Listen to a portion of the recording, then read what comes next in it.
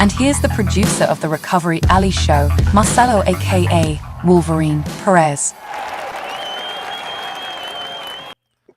Oh, lo and behold. Oh, there's Geoff. Let me just get him out of here. Hey, there I am. It's Marcelo, aka Wolverine, producer for the Recovery Alley Show. Welcome to the show. It's been a minute since we've been out here, but without further ado, I'm going to bring in the man himself, American Tomatoma of the Year, Geoff Nienstedt. And where is he? There he is. Geoff. Hey, Marcelo, how you doing? It's good to see brother. you this evening. Yeah. Man, so we just got the news. Yeah. Yeah. Guess what? Guess where Recovery Alley's going? Where is that? Baltimore Tow Show. Yep. Up north. Yeah. Recovery Alley's going to be live in Baltimore, folks. It's going to be a great deal, man. So we got a show. I guess we got Christy Barnes. She's with Barnes Towing in Oklahoma.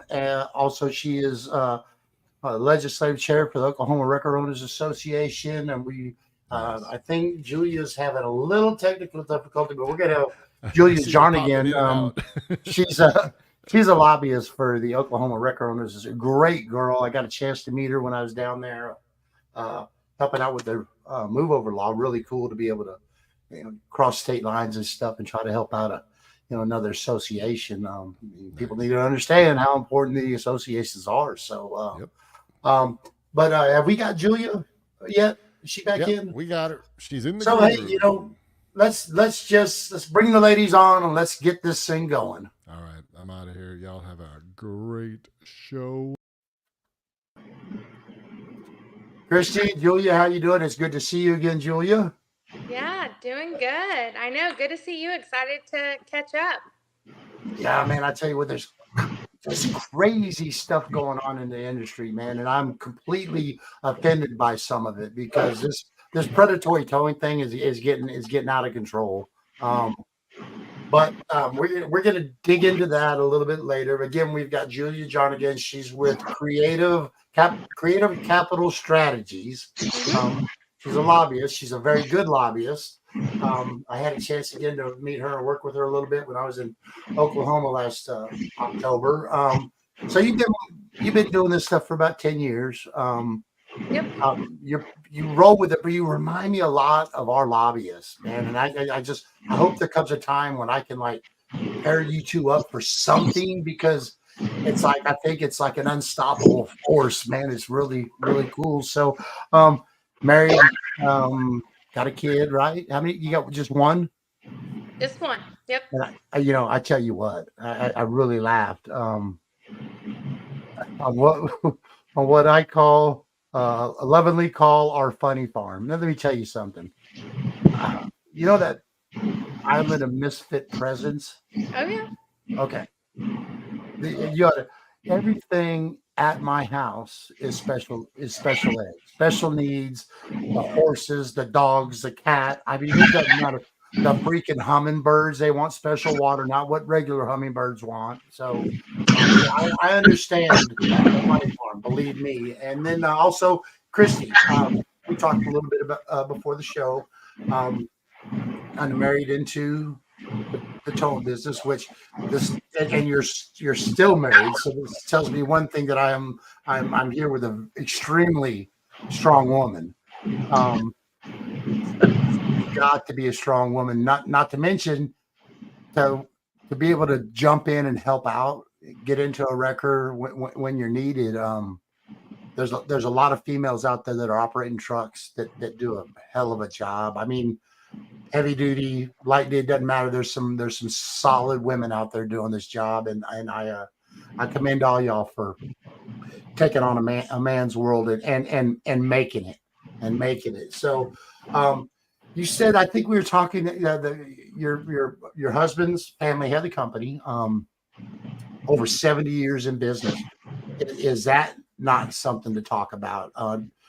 So they remember the heydays when we didn't have to worry about all the BS that we're dealing with right now. When there was no rotation, officers came and knocked on your door. Mr. Barnes, can you come help us? I mean, and people did what they were supposed to do, so you didn't have to have a lot of regulation. And we talked, like I said, earlier, you've got a son that's also in the business. I'm just guessing right now. Is he a driver? Is he in some type of management position? He's in a management position. And he mainly helps with operations. Okay. He has operated a record. Yes. Y'all do heavy duty also? We don't. We're medium heavy, and light. Okay. So you've been with the Oklahoma Records Owners Association for over 15 years, and I thank you for that. Again, these associations are very, very, very important. People don't understand just how important they are. I'm kind of tired of the mentality where people have this thought, well, the association is going to do it anyways, and without membership, without funding, without donations, there quite possibly could be a time when the association is not going to be able to do it. And it's not going to be for lack of fight or fortitude. It's just going to be because they can't fund it anymore. So don't let me get on that. That's another show. But the associations are extremely important. Also, first vice president. Yes. All right. Very nice. Very nice. And on the legislative chair, this is where it gets important. That's where everything happens. It happens at the Capitol with the help of fantastic lobbyists like Julia. So I got my notes all screwed up, guys. I was telling Christy I'm stressed out a little bit. We're doing a new facility. I'm dealing with cities and stuff, and I'm like, yeah, I didn't have to do this last time. We're living in a different world. So we're going to get. I want to get into this FTC a little bit later on, but we're going to go over a few things. Let's go with you, Julia. Because some people don't understand this. So, what's the primary goal? What's the primary purpose for legislation? Well, I mean, essentially, the purpose is to be able to make changes, right? So you've got Christy talked about in the past how things were. Well, now people have pushed statutorily different changes or put in different regulations and rules. Well, some of those things are impacting the industry, and so we try to make sure and pass stuff that can help or pass stuff that kind of takes some of the regulation off of them. The one that you helped me with, the interim study, slow down, move over, we saw a great number of drivers getting hit, trucks getting hit, and so we saw where we needed to step in and try to pass some legislation to help bring about some awareness on that. So that's just kind of one example, but there's multiple different things. I mean, Christy can tell you this industry is so heavily regulated. It's kind of something where we're constantly watching rules or different bills that people are trying to come up with. So definitely what we do is tough, man. It's and real quick, hey, Jess Horton's on with this. He is one of the founders of Southwest Tow Operators and a huge Recovery Alley fan. Elaine Hills, she's with you, Christy. Check her record. Hello. Yeah, and then Tow Force Net in the house with old Ron Parrish. He's here quite a bit. Great to see you again, Ron. And Christy, what are some of the biggest challenges that Oklahoma's facing in the towing industry right now? Well, I think nationwide we're all dealing with insurance increases. But for Oklahoma specifically, and I'm not really sure about how other states are, but we have a lack of carriers. So our rates are extraordinarily high because of that. With legislation and kind of that's what we're talking about today, you've got a lot of interference with both insurance companies and bankers trying to stop anything before it even gets started. And it doesn't even matter if they're affected by it. So that's a huge roadblock when there shouldn't be one. When you have to foreclose on a vehicle, there's no remediation for that process. So if something goes wrong with the process, maybe somebody's changed their address a few times while it's been in storage, it can keep us to be forever stuck with that vehicle and have no way to get rid of it.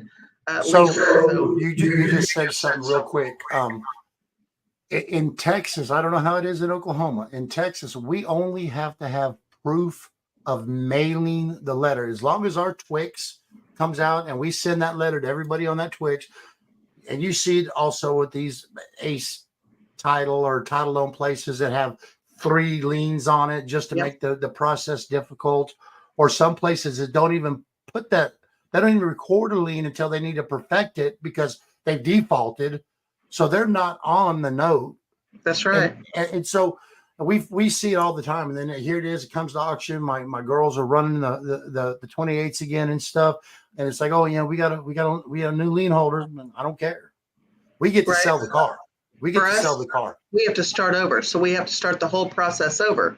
And if we've done it once and gotten that denial because they've changed their address, then we do it a second time and we've notified. But if they change their address again, like some of the smaller lien holders will do, they'll change their address back to the other first PO box or maybe have another one, and then it nullifies everything. So after the second denial, we're stuck. There's no way, if there's a lien on it, we can't remediate it. We can't get the lien off. There's nothing we can do. You can't even legally crush it. So we just forever storing it.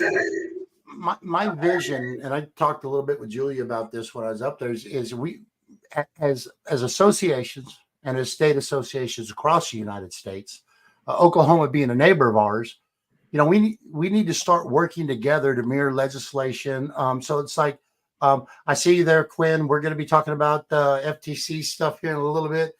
Don't worry, I got it, buddy. But maybe this is something what you're talking about right now. Maybe whether you could do it in a rule change, I'm not sure. Or if it's got to be legislation, maybe that's something you could look at the Texas model and go to the legislators and say, hey, look, this is the way Texas does it. They're not having problems, and this is fair to us, and it's fair to the consumer. It's not our fault if somebody doesn't want to be a responsible adult and they move and they don't change their registration. That is not our fault. People in the United States need to be held accountable for what's going on. Honestly, we're powdering people's butts and it's not freaking working. They really just think that we can. I hear this all the time from legislators. Well, you can just sell the car. So you talk about our dump rate. In Oklahoma, our dump rate runs about 40%, right? In the rural areas, it can be up to 90% because you're talking about those guys are touching a couple different states. So you've got lots of traffic coming in and out, and they just abandon the vehicle. So if you're looking at that and you're going, well, I can just sell the vehicle. Well, there's a lot that goes into it, or you can get stuck with it. But you never recoup. If you're selling someone else's junk, you're never going to recoup your original fees, much less what else you have to put in it to get rid of it. So just selling the vehicle, if everyone came and picked them up, we'd be in the black. Yeah.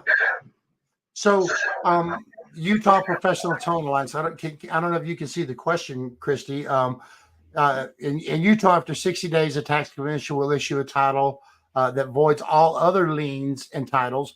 So that Barbara Christensen is with the Utah Association. She's a firecracker. She's a firecracker. She kind of reminds me. Well, then she would love Christy because Christy is too. So what I'm saying is we got these tools just right here. Texas, 45 days, you're done. Utah, 60 days. So there's things that hopefully maybe just because of this show, we figured something out that we can help the towing industry in Oklahoma. We've got 2 models in 2 different states, different geographic areas. It's working in both of them. So shit, if you go in and say it's a 50-day deal, that's in between the Texas and the Utah, and maybe wind this thing up. You never know, right? Right. So, absolutely. I'm just curious in Oklahoma, what I know what my insurance went up last year, and you're correct. I think there's only about 3 or 4 companies writing insurance for towing in the United States. Oh, that's even worse. See, I didn't know. There's very few. There might have been some because it kind of fluctuates over the years, but we went up about 30%. And I mean, my loss runs under $3,000. We have 0 loss runs. We still went up 20%. So it's a little bit better. I've got a huge policy also. Right. Yeah. So they're really billing you for the liability on it. What could happen? Not that you would do anything, or it does. And it used to be, if you're talking about non-commercial policies, they give accident forgiveness and they do good driver policy discounts and that kind of thing. And so here we are out there, and we don't have any. Our ratios are great. There's no forgiveness. There's not even forgiveness. There's no break for having training or having cameras or having GPS or whatever it is we do. We keep trying to make it better in our industry so that we're safer. And the insurance companies, they don't look at any of that. It's not a part of the metric, which it should be. Yes, most definitely. So y'all had a little bit of an increase last month, I believe, correct? 33%. Okay, so 33%. And I mean, do you mind sharing? Hey, Quinn, he's with Capital in California. He is actually one of the founders and the chair of the National Open Commerce Safer Highways Coalition. He said in California, owners responsible to change the address. They have 10 days. Our lien goes to the last registered owner. So, I mean, there's so much stuff I think out there to help y'all try to because that's not fair at all. Yeah, it's like you said, you may have a halfway decent vehicle to sell on the first go around, but then they sit, then they don't run. You lose money, and it's a vicious cycle. So it is. So, anyways, what on a police rotation call? What were y'all allowed to charge on a light duty record? Now or that before? Okay, yeah, it was $75 an hour for a light duty tow with a 1.5 hour minimum. So that was $112.50. And what would be an average hourly on that light duty record? It was almost always $112.50, and then you might have a rollback fee, which was $30. You might have that would, of course, that includes all your mileage. We do have a fuel surcharge that fluctuates with. I see it on the page all the time. Yeah, they update it weekly, I believe. So yeah, for every 10 cents, I think for every 10 cents, it's over $2. We get to charge a percentage. So I'm pretty sure this is probably Barbara with the Utah Association again. She's asking a question. Do you have a lobbyist? So they already want to connect with y'all. Okay. There's our lobbyist. So Barbara, I can get you all their information. Don't worry. I'll get it to you. I love this, man. This was my vision. When I sat down with the association, I'm like, it's not working right because we should all be working together. And if we could just take it and go across, and, so Oklahoma works with Missouri, it just starts spreading this stuff out. Because I think the challenges in the states with legislation, if there was more legislation that's lining up, that's mirroring each other, it's going to be hard to start denying that in every state. You know what I'm saying? So, 112.50. Oh man, yeah. So how long had you been at that rate? Since 2012, that we were allowed to increase, I think January 1st of 2012. What's funny is when we started talking to the OCC about our rates and they were setting up our rate structure, they actually took away our right or the ability to charge for things like crash wrap or other things to protect the vehicle. And I could probably go through a long list, but I won't do that for time's sake. We started in 2009 making that transfer. And so from 2009 until 2011, which is when they decided what they were going to allow us to charge, we hadn't had a rate increase since 2002. So we were still at 1995 prices, right?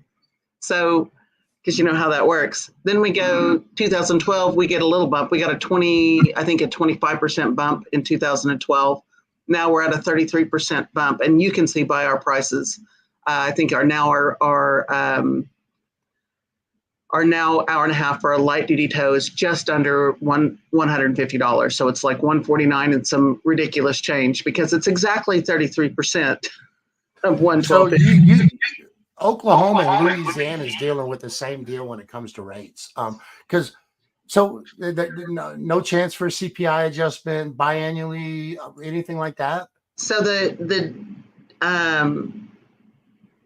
Attorney General actually said he will not look at a CPI adjustment at all. He doesn't feel like that's an adequate way to. Whoa. Uh-huh. I bet you he looks at a CPI adjustment. Absolutely, but it doesn't count for records for whatever reason in his head. I'm not sure. Julia, did you get an answer on why that is? Well, so I think like they're wanting to make sure that, I mean, it's like anything, we've got to prove, right, that this needs to happen. And so I think okay, you guys have got to come back and prove that you need this, things like that.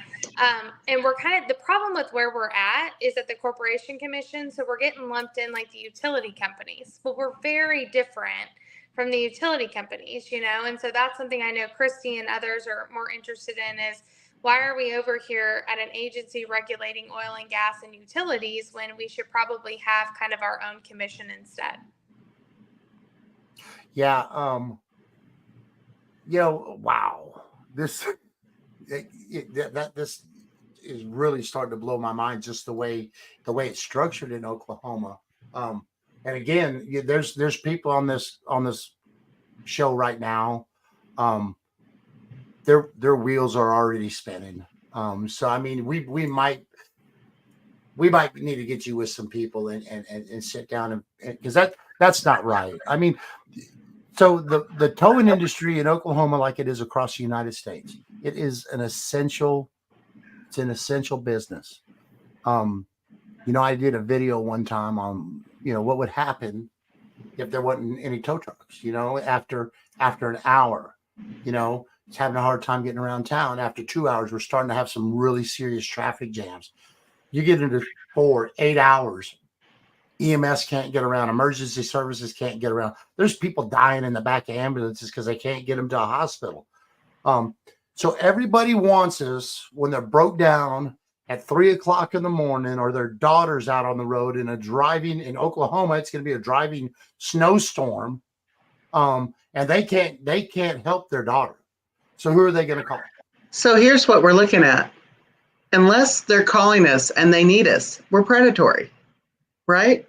So when we are, we'll say the trash collectors of the roadway for them, because no one wants to pay the bill, and we are the disposal company that gets rid of that debris, we'll call it, that they left on the side of the road, that's their vehicle that they no longer want, that they're allowed to walk away from, they want to call us predators? I don't know.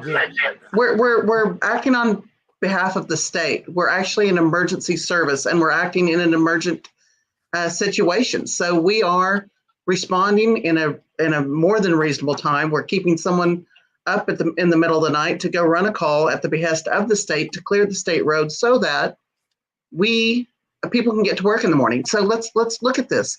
Waze or Google very well might be able to do, because they track traffic, they might be able to do some simulations on, this is something we might want to reach out to one of them on. They might be able to do a simulation on what would happen if it backed up right here at this point or this point with these accidents and nothing was done. Where, what causes a secondary accident? Well, right. I can already see that we probably need to stay in touch a little bit, Oh, absolutely.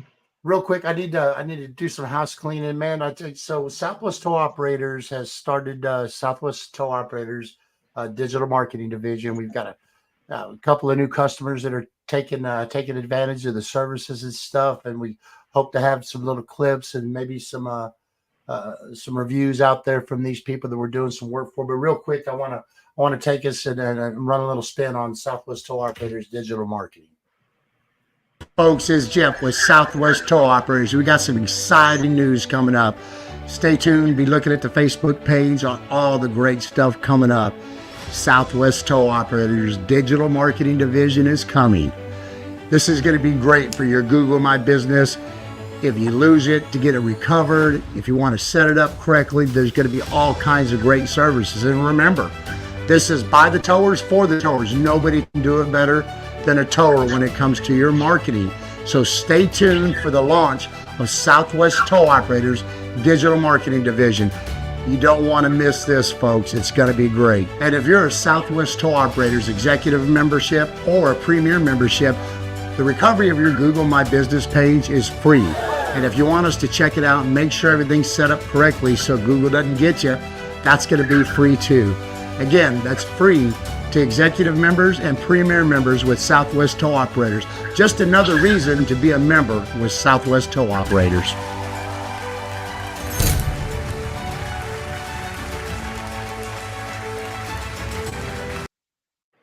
Hey, great to be back with these girls. And Quinn, you're exactly right. Jess, your comment right there that we should have some legislative conferences with some other states. Man, we can get Zoom calls going, a whole lot of stuff. I think we can really do some good stuff. Quinn is what he said. You need the National Open Commerce Safer Highways Coalition.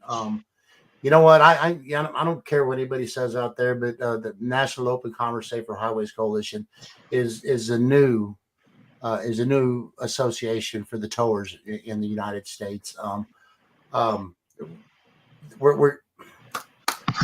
really like to talk about a lot of stuff about the coalition. We've got a great group of guys put together. We've got people on the board that are Hall of Famers. They're in the Towing Hall of Fame. We've got 3 American Towmen of the Year on there, and you get these awards for going above and beyond for the industry. So it goes to tell you who's doing this stuff. And real quick, man, y'all guys go check out the website. Marcel, if you can flash it up for the coalition, make sure when you go to that website, you sign up for our email list so you can make sure you get all our email blasts. If you're on that mailing list, you're going to be privy to some stuff that's coming out maybe before anybody else. So we just keep you really informed about what's going on in the industry.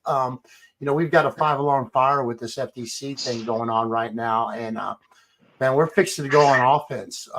We've been on defense since February, and right now we're fixing to go on to offense. So, we had Ron Myers up in Washington at the Federal Motor Carrier Safety Administration meeting, and he knocked it out of the park. They realize now that, whoa, this is a little more intricate than we thought in the very beginning. When they started hearing that 40 to 60% of our recoveries go unpaid, they kind of when we started with that meeting in Washington, they had Pete Buttigieg come in.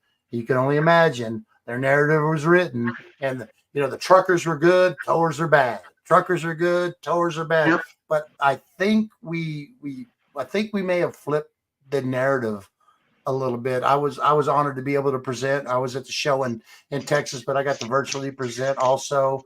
I'll give them a little bit about non-consensual tows and how can we be a predator? A predator chases something. You call me.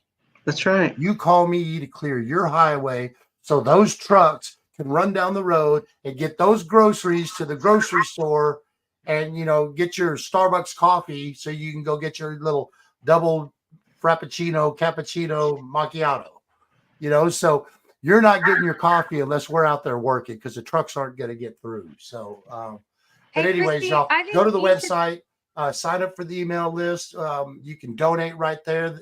We're not asking people for a lot of money at the coalition, but if we can get a reasonable $250, maybe a $500 a month reoccurring donation, that'd be great. Again, make sure you get on the mailing list. So you get the information that we're pumping out from our lobbyists. Julia, what are some of the arguments for and against the legislative process? Well, and I also want to circle back because Christy and I were talking before when we were prepping for this about the word non-consensual and just how we've got to maybe rebrand that. And Christy, love to have you jump in here, but it is consensual. Great example is I broke down this weekend and I needed someone to come help me, and who did that and who helped me get my car back, right? And that was something that I needed. So of course, yeah. It's not like somebody came and got me from a parking lot where maybe I left my car, but this was something where I needed the service. And so I really feel like we've got to start rebranding that word and making a change, because I think it can help legislatively, right? I mean, people think, oh, again, like you said, predatory, but it's really not. You guys are clearing highways, helping folks, doing things. So what can we call it instead for people to be able to realize that you're there really giving a service? Well, and in Oklahoma, speaking of property tows, we're not allowed to patrol. So the property owner has to be on site, or the manager has to be on site to sign a state form. It goes back to the state, says, hey, this person with their ID and their license number had this vehicle towed at this time of day off of this property.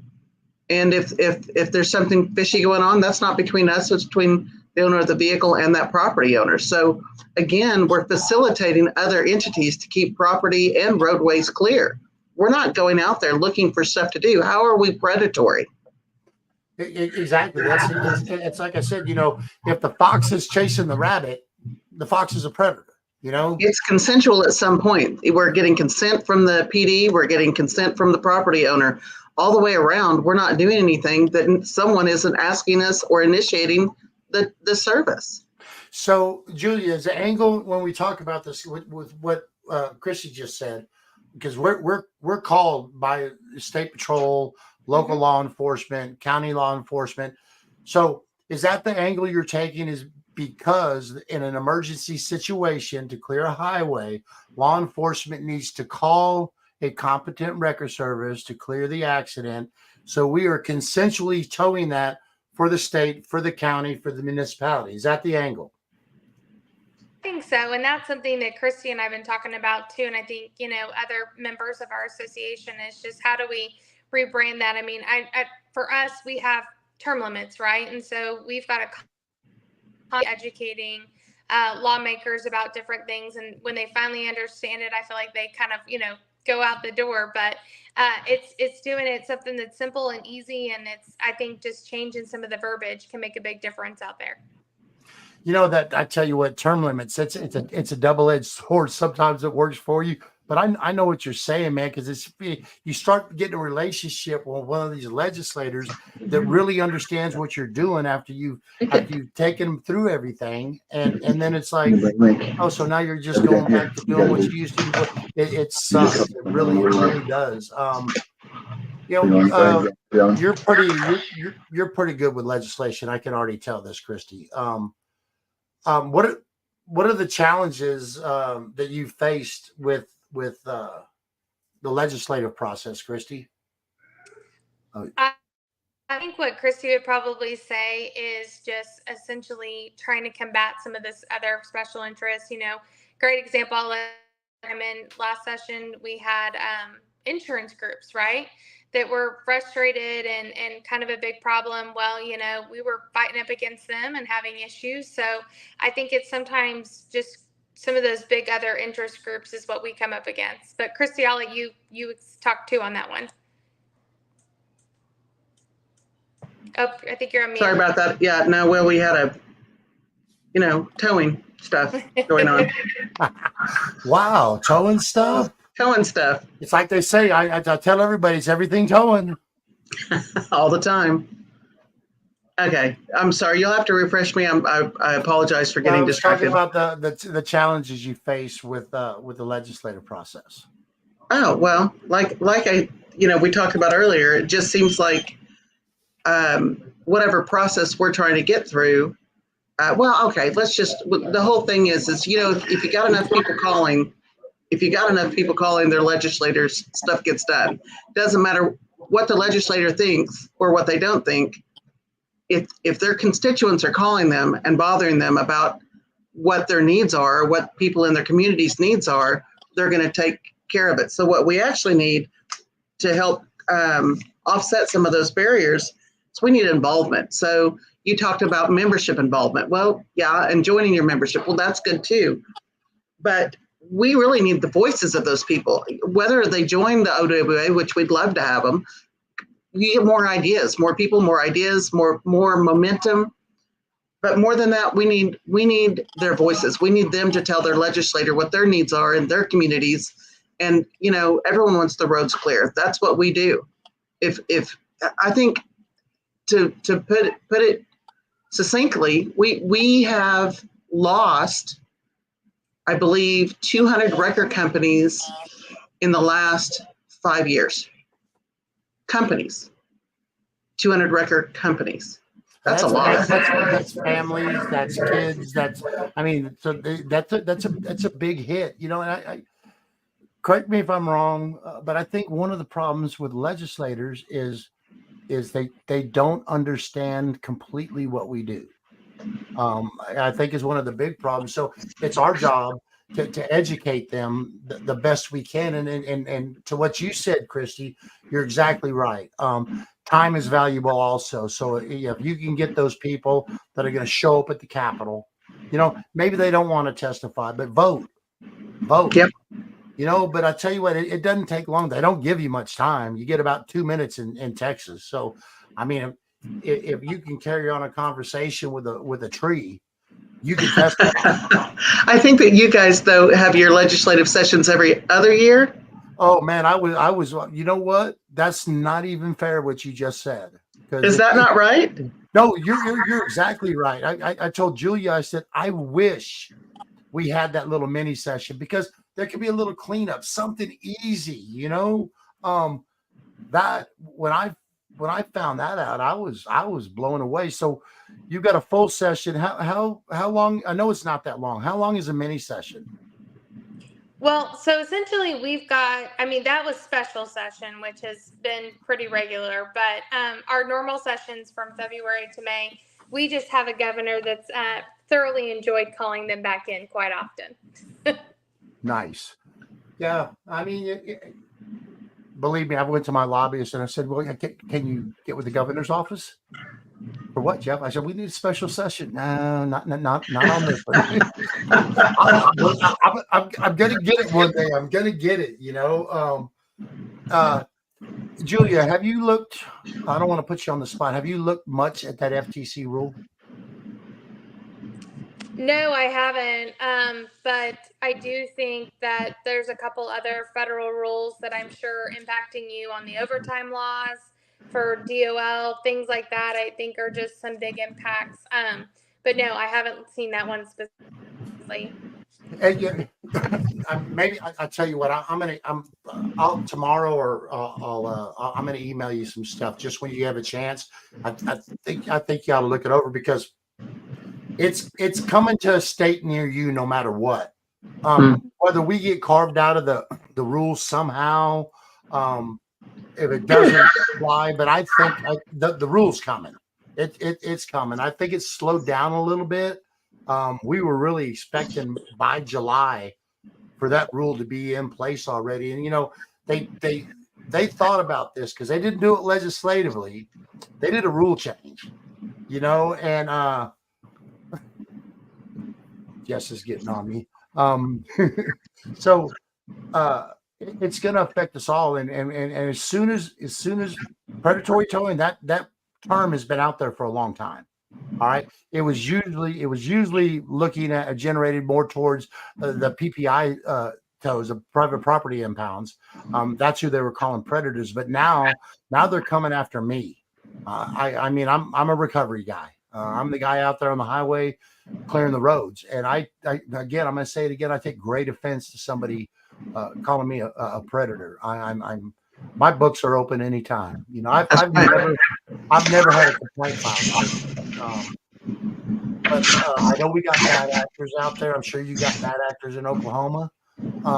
But man, why are you going to penalize, 85% of the industry for what, 15-20% of the industry is doing? Because there's rules in place in almost every state for some type of resolution when there's somebody thinks that they've been wronged. What industry doesn't have bad actors? Did we call them predatory? Look what we're looking at on the news right now. If you want to see bad actors, this whole political thing blows my mind. Yeah. We just take this and we put this over here and then but we're good. If we say it enough, it makes it true, right? If you repeat it enough, it's true. Because I said it. You remember I said it like 5 months ago. It's true. It happened. Everything's true on Facebook, Christy. Oh, well, yeah, there's that too. I need to start posting more. So, again, this predatory there, I think there's, I don't know if it's 7 or 9. There could be some more already. I might be behind. States that have already taken on and passed predatory towing bills. I think maybe we need to have some type of class action on libel on the term predatory towing. Again, nothing we do is predatory. Unless we're out there stealing cars on the side of the road without any authorization, how are we predatory? We are being authorized and called out by the state and or a property owner. So no matter how you want to look at it, we're not out patrolling the roads looking for things to pick up.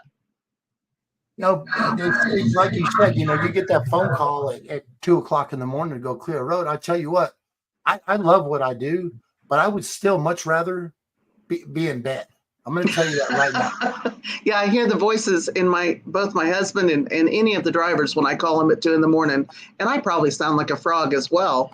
So I'm telling them, hey, we got to go do this run. And they're like, yeah, I'm doing it. I'm putting my boots on, I think they sleep with their boots right there. I think you all do. So real quick, I got the Utah Association is talking to us again. It says non-consent emergency move or non-consensual police generated, that gives you consent by the emergency agency that requests the service. I'm not sure how your law is designed or what agency regulates you. Christy, I mean, or whoever's here for Utah. So y'all are covered on this. If I'm clear, as long as you're dispatched out by law enforcement or something, it is a consent tow at this time. Is that what I don't know if that's what she's saying or not. And they're still calling them non-consent tows, but if you look at this at a different angle, the only people that don't have consent from the owner is the PD and sometimes they do, of course, but if you're talking about an impound, where somebody's done something illegal, they're getting the car impounded for, say, bad tags or whatever, driving with no license, whatever they're doing. They don't want their car towed, but the PD is doing it. The only non-consent there is between the PD and the owner of the vehicle. It doesn't have anything to do with us. We're facilitating that process. It's the same thing with private property. You're parked on someone's property. They don't want you there for whatever reason, and they're going to have it moved. That's between the property owner and the owner of the car. It's not between the tower. The tower is facilitating the move. That's all we do. Facilitate it and store it for safekeeping. And we're regulated on everything we do. Yep. I mean, your tows are regulated, your storage is everything's regulated. Everything. So, I kind of thought about this the other day. We've got bad actors. And I think one of the reasons we have bad actors is because they can make these rules. They can make these regulations, but if they do not enforce them, that lets the bad actors run rogue. So I'm in the towing industry. We're going to have to learn how to embrace good regulations. All right.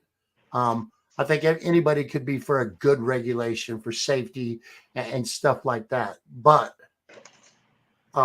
over regulation is out of sight. And it's like I said, I can't believe with that where you're at with that 33% raise, and I can't, like I said, maybe we need to connect a few of these people together with y'all, but I don't believe that there's not a CPI adjustment because everybody, almost everybody out there gets a CPI adjustment. Our insurance company give us a CPI adjustment every year. Whatever that, right? Whatever that looked like for our CPI adjustment, which is what we essentially got, they didn't go back far enough to make the adjustment. So they should have gone back to at least 2009. They didn't. Regardless, and I totally lost my train of thought. There it goes. So it does it to me all the time. It doesn't. We're just not caught up. We're not anywhere close. So our insurance has gone up from we'll say since 2011 6 to 11% every year. And of course, this year it was a bigger jump across the board for everybody. Ours was 20% at my company, but I don't know what it was across our state for other towers. 20% is a huge increase. Our vehicles, so we'll take a medium duty Freightliner flatbed, right? In 2011 or 2012, I think I bought one, just regular old Freightliner. I think we paid 43,000 for it, brand spanking new. Beautiful, beautiful red truck, of course. Then you go fast forward to 2019, we bought another one. And that one was just under 100. I think it was 98,000. And we just bought one this year, 140,000. That was the price tag. That was the sticker. Same truck, same bed. We won't talk about brands, but other than Freightliner, but it's same everything, same model truck. There isn't anything different about it other than the fact inflation has gone up that much. So we got a 33% increase, and we've gone up well over 400% with insurance and trucks alone. Let's not talk about tires.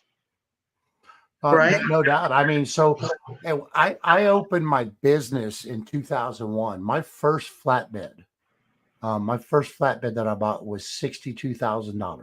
Yeah. I will mention brand. I run NRC flatbeds. So I bought, I bought 2 new ones in 22 during all the COVID stuff. I waited almost a year and a half for these trucks. $170,000. Yes, we were trying to get those trucks. I think they were 130 in 2021, 2022. Those NRC trucks down there in actually Fort Worth, I think is where we were looking. And now they're down at DFW truck. Yep. And they have. So we were looking at buying one.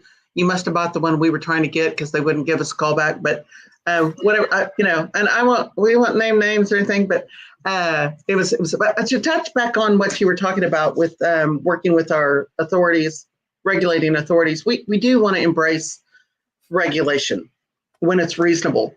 We want to be a leader. You look at what we're thinking about moving towards. We want to be a leader in training in our state. We want to be a leader in industry safety awareness. We want to create great working relationships with our regulating authorities so that they understand what we do and why we do what we do, so that they can appropriately look at what our rates are for we'll say PD law enforcement tows or services, and that they can look at the industry standard on what that rate should be. So they need to probably do more than what CPI is, because I don't know that what we do, what our rates would include, are always included in the CPI.